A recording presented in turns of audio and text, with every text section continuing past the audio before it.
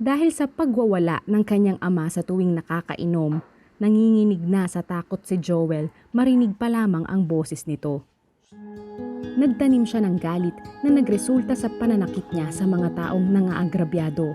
Naibubuhos ko sa ibang tao yung galit ko. Hindi po ako masyadong nagsasalita. Basta nanununtok na lang po ako. Parang nagkaroon din po talaga ako ng galit sa Panginoon na bakit ganito yung buhay namin, bakit dito pa yung tatay ko, bakit ganito pa yung pamilya ko. Ganun po yung parang sinisisi ko yung Lord.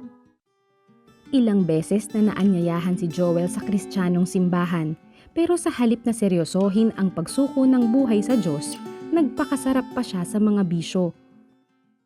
Naturuan lamang siya ng leksyon nang siya na mismo ang maging ama.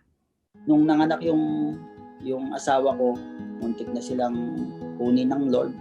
Then lagi pong nagkakasakit yung anak ko, laging na-hospital. Doon po talaga ako umiyak kay Lord. Sabi ko, Lord, ngayon ko lang to naramdaman sa buong buhay ko na napakasakit pala. Pinausap ko siya, Lord, sana wag mo nang bigyan ng sakit yung anak ko at maglilingkod po ako sa inyo. Tinugon ng Diyos ang kanyang dalangin. Naghanap buhay si Joel bilang security guard hanggang sa mabigyan ng pagkakataong makapag-abroad. Nagtrabaho siya sa construction sa Kuwait. Sa pamamagitan ng isang Kristiyanong simbahan doon, natulungan si Joel na maging seryoso sa pananampalataya.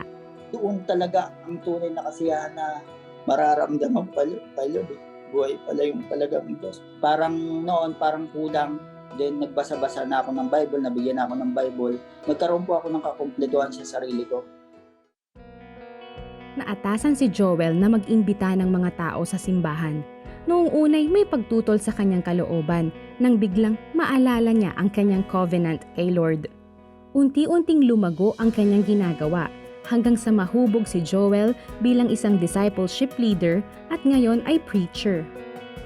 Di nagtagal, naisama na rin niya sa Kuwait ang asawa na ngayon ay worship leader naman sa kanilang simbahan. Maging sa kanyang workplace ay dala-dala ni Joel si Kristo. Sa kabila ng hamon na hindi siya sumahod ng ilang buwan, tapat ang Diyos na nagpala sa kanya.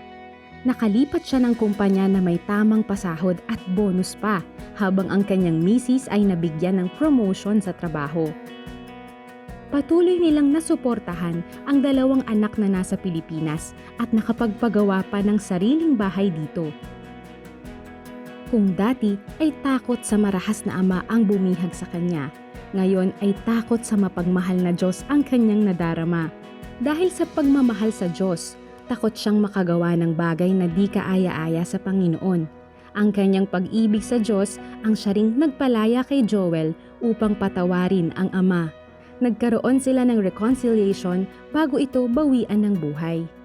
Ang kailangan po talaga ay ang focus ng iyong puso at iyong isipan laging kay Lord. Sabi nga po ng John 10:10, pumarito ang magnanakaw, upang manira, magwasak at pumatay. Pero pumarito ako upang bigyan kayo ng buhay na ganap at kasiya-siya.